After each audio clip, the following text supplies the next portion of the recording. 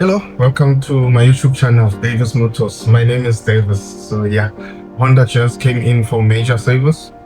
There's noise on the left front wheel when you brake and when you move. So I'm gonna check that out. It's just regular maintenance. Let's see how it goes. Please like, comment, share, and subscribe if you haven't subscribed so that the channel can grow.